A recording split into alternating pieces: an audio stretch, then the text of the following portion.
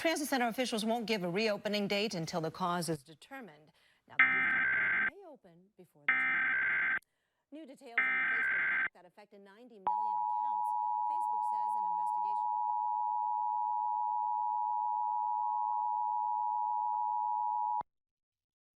This is a test of the National Emergency Alert System.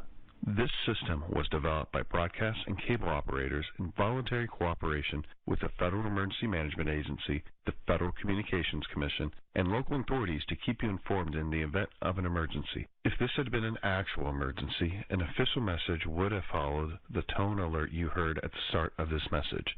A similar wireless emergency alert test message has been sent out to all cell phones in the nation. Some cell phones will receive the message, others will not. No action is required.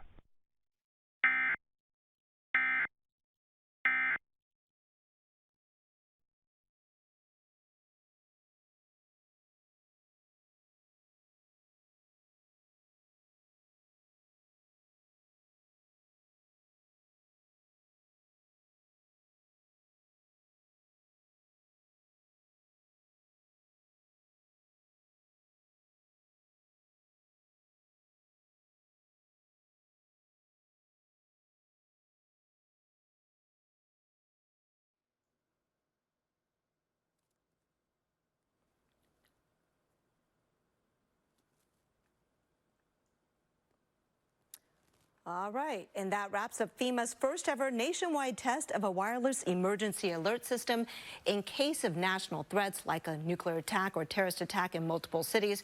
First, there was that text alert you got on your phone, and then we had the EAS testing, and now we'll move on with the news.